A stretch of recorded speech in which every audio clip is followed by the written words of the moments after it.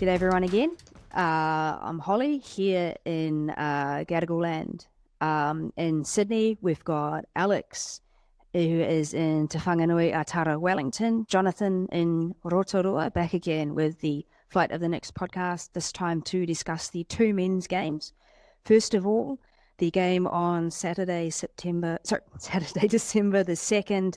That was a 1-0 win over Western United in Ballarat. Ben Old with the goal in the 79th minute, which I realised was just in time for the supporters to do shirts off. Thoughts on the game? It was quite even, and Alex Paulson had a good game, but I think statistics-wise, they had more shots than us, more passes than us. What did we think? Ben Old's goal looked like it was offside initially, and they really had to draw out the lines for quite a while. So what happened was that the goal was scored, and then it took ages for them to decide that it wasn't offside. And so I think that the fans, which was the Melbourne victory. So, I'm talking nonsense now. We've been recording for so long today. The Melbourne supporters, Wellington Phoenix supporters group, maybe they weren't sure whether they could take their shirts off until it was confirmed. It was confirmed as a goal. Who watched? Did anybody have any more to say about the match? Yep, I watched this one with my grandfather. It was really boring, to be honest. He's a bit of a rugby guy, and was trying to convince him to come around to football. This was not the game to watch if you want to try to convince someone to come around to football. Just loads of long shots. You mentioned Western United had more shots than us, but they weren't really like big chances. I don't think they had a big chance, like a chance that you would expect someone to score. We had, I don't know, Ben Olds, you'd expect him to score. I think there was one more. I don't know, it was a while ago, so my memory is a bit lacking. But yeah, I reckon we deserve to win. We defended really well, really tight. Yeah. It's interesting that, like, in that match with Western United, they were having a few more cracks from actually outside the box, whereas almost probably 95% of the Knicks shots that they had on goal were actually within, a much more targeted area. So, their quality of passing and the through ball has improved. It's just really clean and crisp. I mean, the Knicks had 3 shots on target. United had 6, but as you say, none of them were really that, apart from the Ben Old onside goal. I agree with you, Alex. It wasn't the most thrilling watching as far as a spectacle of football. Yeah, that is interesting that you mentioned that we're shooting from more inside the box this season. Because I remember last season we were taking a fair few shots from outside the box. There was one game when we beat Western United 3-0. And 2 of our goals were from outside the box. The other was a penalty, which we scored. The other thing too is that we seem to be playing, and this was like the Ben Old goal. It was kind of like we're playing what do you call it? Like counter football. Like they're coming down our end, we sit and wait, and then bang, we're on the offensive. That turnover ball, and we're pushing through and getting the goals. So which is it's a different way of playing. I think Chiefs got the boy plays a patient game of football. They're not rushing it. So 3 points is 3 points. Yeah, and honestly, United. Yeah, I reckon Western United defended pretty well. Like we only scored 1 against them. We scored 5 against Brisbane, and I think that's the difference, defending well. Brisbane defended okay. They had a few mistakes. I know they gave us a goal, but other than that, like that is the difference. The Western were very compact. I thought they didn't give us much. We kind of earned it ourselves. But yeah, I don't know where I was going with that.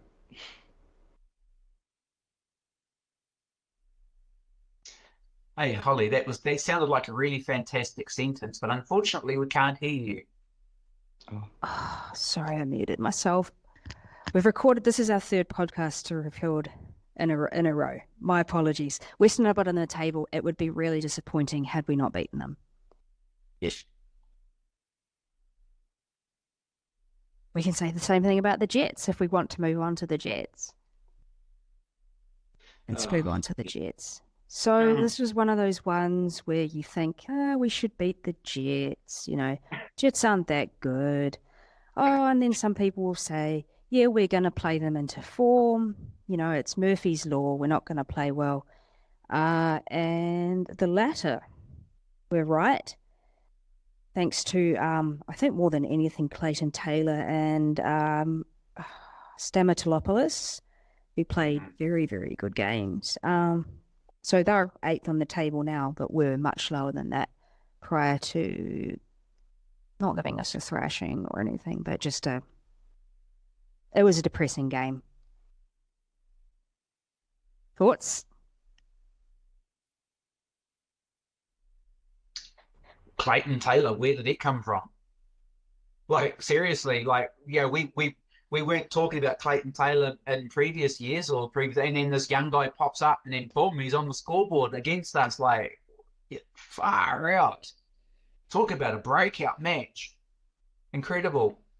And Rene Piscopo, you don't really want players that have played for your team before to be playing well, but, he was pretty good. What did you see, Alex? Yeah, I just kind of think it was a bit like we defended well, but then there were a few moments that just let us down. I'm looking through my notes now, and for all the goals we conceded, it's got something like, oh, you should have gotten a touch on that, or there was confusion there, should have done this, should have done that. If we do that stuff well, then we don't concede. And we had heaps of chances. We had enough chances to win, like 1, 2 or 3 games, I reckon. Like there was a period of 10 minutes where we should have scored 3 goals, I think. If we score those 3s, that's 3-3. Get the defending on. That's 3-0, 3-1. I feel like that goal that they scored just after the beginning of the second half just sort of deflated. But we still had a lot of chances. That's the thing, is it's not like that Melbourne victory game where we didn't have any shots. Like, we were shooting and shooting and shooting. We had 17 shots in total. We had 62% of the possession. We had way more passes. Like, the stats were in us, but the ball just wouldn't go into the back of the net for us, and it just felt really deflating. One thing that I noticed that I picked up on a couple of weeks ago is that when there's just something about the team and the way they play when Zabata is on and he becomes the central point or the central focus of the attack. When Zabata was out for a week or two, Kraev, Barbarousis and Ball, where they make quite a good combination together. For me, I just think that we get more out of Kraev when Zabata's not on the pitch than when he's on there. That's just my personal opinion. I mean, there's no stats or anything to pick it up, but Ball and Costa, when Ball and Costa are playing, like they're able to just get the best out of each other. But when we're playing like a more pointed, get the ball to Zabata, I don't know. I just don't think it fires quite so much at the moment. But that may just be a confidence thing in the team. Well, I could be completely wrong. Definitely, I feel like Costa has had a really good season this season, but I felt like it hasn't mattered whether Zavada's on or not. But yeah, you do play differently when you've got different, because you've got that focal player in Zavada where you've got that big 9 and you play around a big 9. So it's definitely better. So maybe sometimes you just don't quite click in the same way. Yeah, I think that Costa point is pretty valid. He didn't have the best season last season, sorry. Neither did David Ball, but Costa especially is playing very well this season. Like, he's dribbling at opponents, he's beating them. It's kind of the old Costa that we're seeing.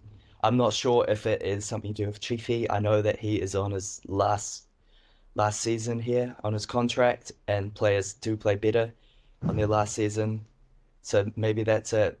But I'm kind of inclined to think it's Chiefy, and the role he's playing is might be a bit different, or his man management might be better than if he's yeah He does seem a lot freer, doesn't he?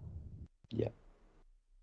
What did you guys think about the gigantic uppercut that that Zavada got when he got smacked in the face when he was going for the ball from the opposition goalkeeper? And like at first I thought, oh, he's got a cop the knock, he'll be right. But then they kind of zoomed in and there's blood pouring out of his nose, and it was like, now that was a decent whack that he got. I'm sure Yeah, it's not easy to bring him down. He's a from big from guy. Yellow Fever, we've got kind of like we don't have the best angle on the screen. It looked like his nose was like really wonky from the screen in Sky Stadium. Like we were really nervous for him. We could see the blood pouring down as well. We thought he was out for longer. I know you can get like face braces now, can't you? We saw that at the World Cup a bit. But one thing I noticed is that we weren't wasting time. Like even in the 90th minute, it's really easy 3-0 down just to sit back, let them have it, give up. But 90th minute, we were running for throw-ins, taking them quickly. Like we weren't wasting time at all. We wanted to come back, even though it's not really possible by stoppage time. We didn't lay down and die, and it was a frustrating game, but I think there was a lot of like catastrophizing from some fans after the match that, oh, we're shit, we're going to be shit for the rest of the season, or Chiefy's being found out, or oh, that's it. We were top of the league. We're gonna finish last now. Like there's sometimes you get a bit of that from sections of the fan base. And I found that quite frustrating because the sky has not fallen in. We're still third on the table. Like it's a setback. It's a setback. And we could have played better, but we didn't play that badly. We were perhaps unlucky in some ways. And so for me, the sky hasn't fallen in. It's you got a long way to go to fall out of the top six. It'll come right. Should be right. We have in Chief we trust. We do. Yeah, definitely. I think it was just an off day. We'll come back better next week. We've also played a lot of games recently with the All Whites. Some key players were over there, and high game density. When are we playing? We're playing on Monday now. We played on Saturday, so what's that? That's 9 days. Sorry, 9 days until the next game. So that's heaps of time to mull it over, think about it, work, do some work-ons and training. It's definitely not the end. Yeah, but we're playing what, top of the table Macarthur. Is that right? And we don't have the best, I feel like we don't have the best record at Campbelltown Stadium. I feel like we lose there a lot. That might just So be cowbells. yeah, it could be the Cowbells. We haven't always lost. I don't think we've always lost. I'd have to look, but it does feel like we lose a lot. And I mean, it's kind of like we've got two players that used to play for us that will undoubtedly have very, very good games. For the sake of it, I still think we can beat Macarthur. I don't think Macarthur are that good, despite the fact that they're top of the table. I don't know. I still just don't. Maybe it's just in my mind. I just have the sense that they're. I mean, they finished last year. How are they top of the table right now? They haven't really. That's the big one. I don't know. I think we can beat them, but it won't be by much. And I would be happy with a draw. Yep, I reckon we'll continue our streak of getting draws away, apart from that Western game. I reckon it'll be a very similar game to kind of the Western Sydney game at the start of the season and the Melbourne Victory game. I don't think it will give them much. I don't think they'll give us much. I think it'll be pretty boring, to be honest. Yeah, I agree. I probably maybe a 1-1 draw. It'd be good to see Clayton Lewis get flattened though, just because he doesn't play for us anymore. But no other reason than that. Yeah. What was your prediction, Holly? I'd like us to get a win by 1 or 2 goals, but I would be happy with a draw at this stage. And look, we might lose. They're better than they seem. And you know, maybe the cowbells are making it a bit of a struggle. I think that so one of the things that people have shit on Macarthur Bulls for is their low crowd numbers, and they still have low crowd numbers, but I have noticed this season that there has been an increase in the noise being made by people, not the cowbell noise, but the chanting noise.